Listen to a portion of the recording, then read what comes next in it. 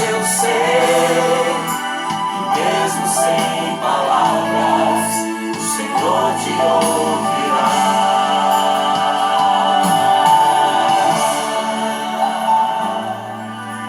Quando você fica triste, desespero insiste em te abater. Vamos continuar Angústia invade seu com peito. o assunto da Você não tem genealogia mais o que fazer. de Jesus Cristo, que está em São Mateus, capítulo 1. E não tem ninguém pra te Nesse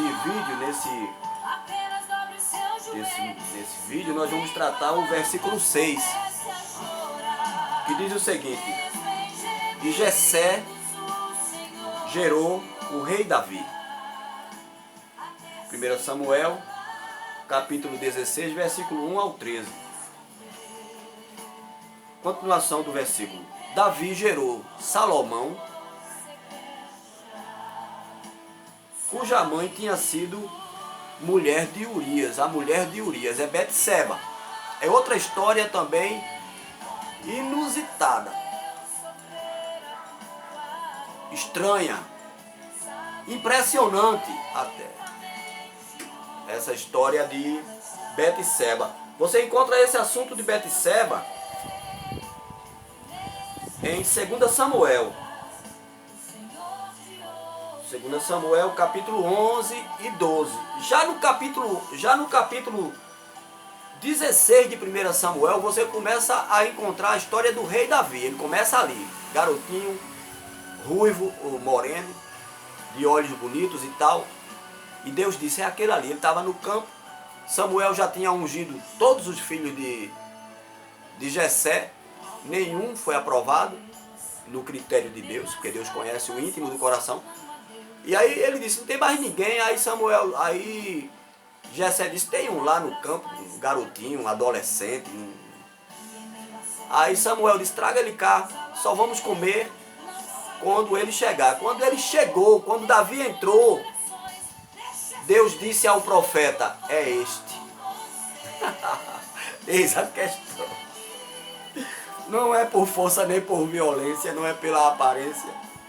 Deus disse, é este, pode ungir. 1 Samuel 16, capítulo 16, versículo 1 ao 13.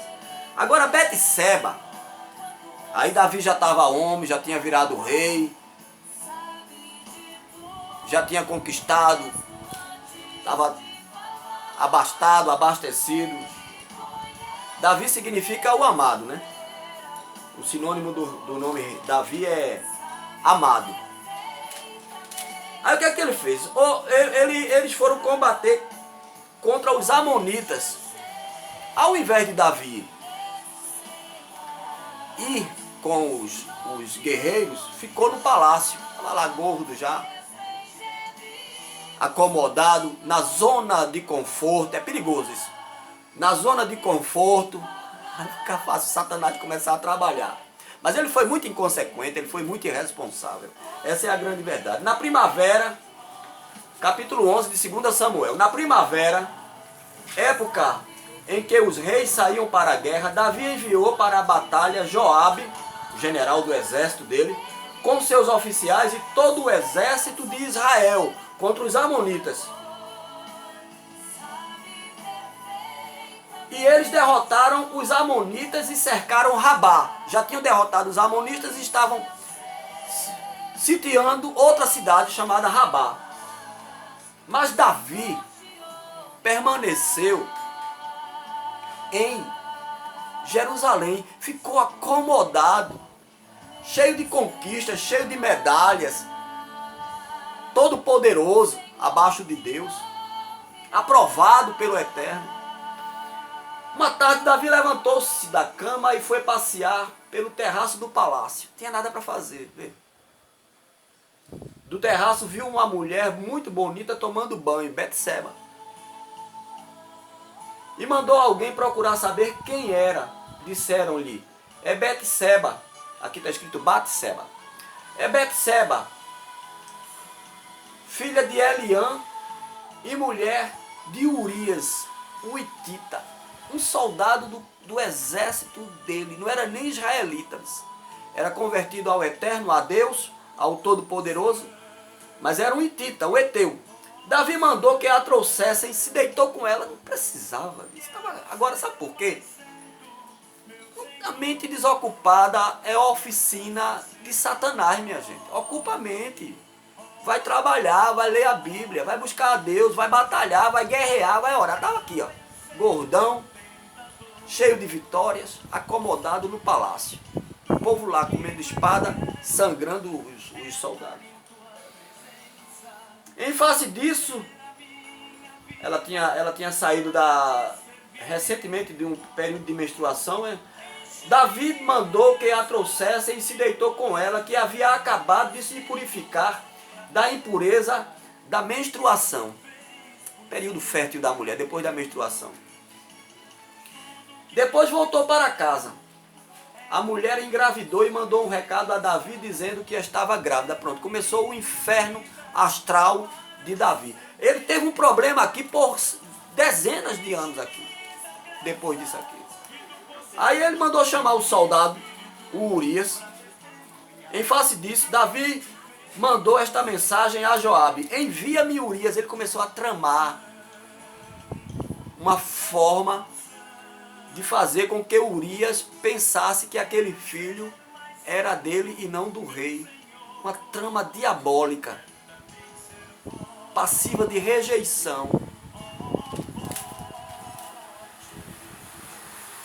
passiva de desaprovação. Joabe enviou.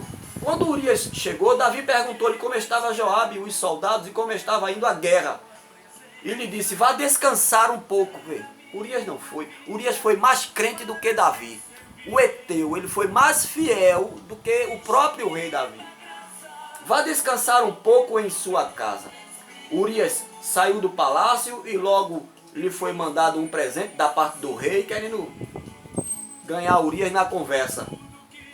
Mas Urias dormiu na entrada do palácio, onde dormiam os guardas de seu senhor, e não foi para casa. Davi interrogou no outro dia: como é que pode? Que isso, Urias? Você fez isso? Você fugiu do meu plano. Quando informaram a Davi que Urias não tinha ido para casa, ele lhe perguntou, depois da viagem que você fez, por que você não foi para casa? Veja o que é que Urias falou. Urias respondeu: a arca e os homens de Israel e Judá repousam em tendas. O meu senhor Joabe, o general, e os seus soldados estão acampados ao ar livre. Como poderia eu ir para casa para comer, beber e deitar-me com minha mulher? Que era o que Davi queria, que ele fosse para casa e pensasse que aquele filho era dele.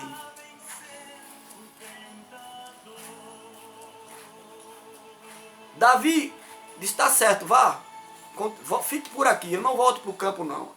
E Urias não foi de novo dormir em casa. No outro dia, Davi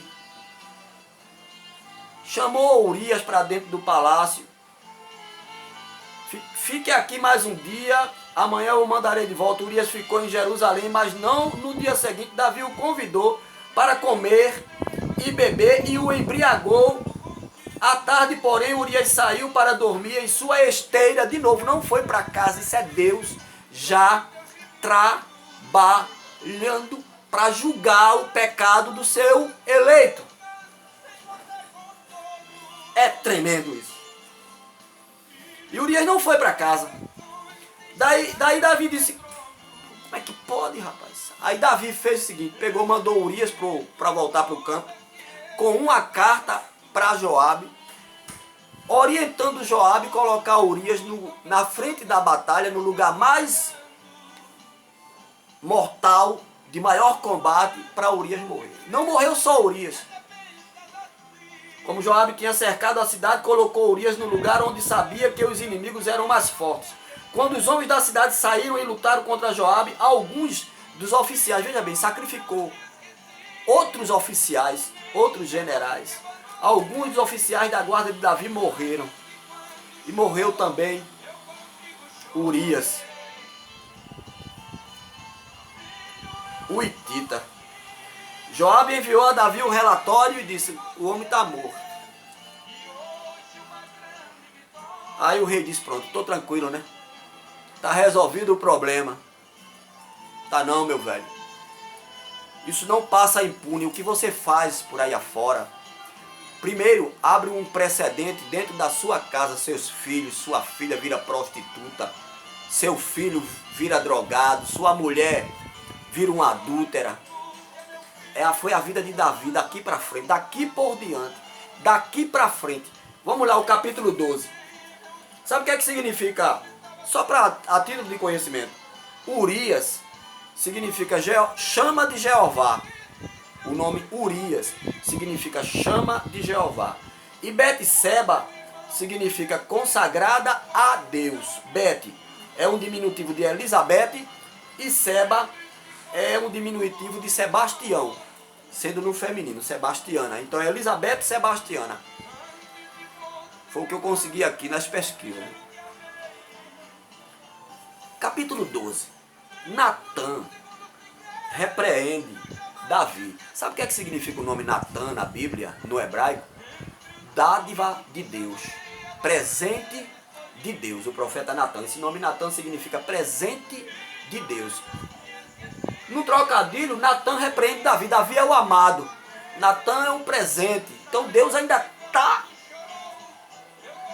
presenteando Davi.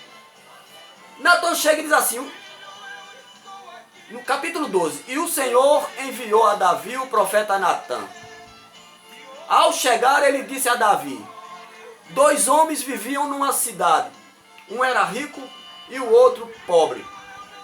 O rico possuía muitas ovelhas, isso é Davi, isso é Davi. O rico possuía muitas ovelhas e bois, mas o pobre nada tinha, é Urias, senão uma cordeirinha que havia comprado, Betseba. Ele a criou e ela cresceu com ele e com seus filhos. Ela comia junto com ele, Urias e Betseba. Bebia do seu copo e até dormia em seus braços. Era como uma filha para ele. Certo dia, um viajante chegou à casa do rico e este não quis pegar uma de suas próprias ovelhas ou de seus bois para preparar-lhe uma refeição. Davi tinha tudo, não precisava ter possuído Betseba. Ele não precisava ter possuído Betseba, simplesmente isso. E ele foi severamente punido, ele não morreu porque ele é um eleito. Vamos lá. Certo dia, um viajante, deixa eu ver o tempo ali, um viajante chegou à casa do rico e este não quis pegar uma de suas próprias ovelhas ou de seus bois para preparar-lhe uma refeição. Em vez disso, preparou para o visitante a cordeira que pertencia ao pobre, Betseba, que pertencia a Urias. Então Davi, cheio de justiça, cheio de razão, todo se achando. Então Davi encheu-se de ira contra o homem e disse a Natã, o profeta está ali. Para isso tem que ter um profeta, tem que ser profeta. Certas coisas só através de um profeta. Ele disse a Natã, juro pelo nome do Senhor que o homem que fez isso merece a morte. Deverá pagar, merece a morte, deverá pagar 4 vezes o preço da cordeira, porquanto agiu sem misericórdia. Você é esse homem, disse Natã a Davi. E continuou, assim diz o Senhor, o Deus de Israel, eu o ungi rei de Israel e o livrei das mãos de Saul. Dele a casa e as mulheres do seu senhor. Dele a nação de Israel e Judá. E, se tudo isso não fosse suficiente, eu lhe daria... Deus, isso é Deus. O brado de Deus, assim diz o Senhor. Se tudo isso não fosse o suficiente, eu lhe daria mais. Mais ainda. Porque você desprezou a palavra do Senhor, fazendo o que ele reprova. O tempo não permite. Nunca mais, está aqui, ó. O Davi praticamente, sei lá quantos anos, não vou asseverar com Shalom Adonai.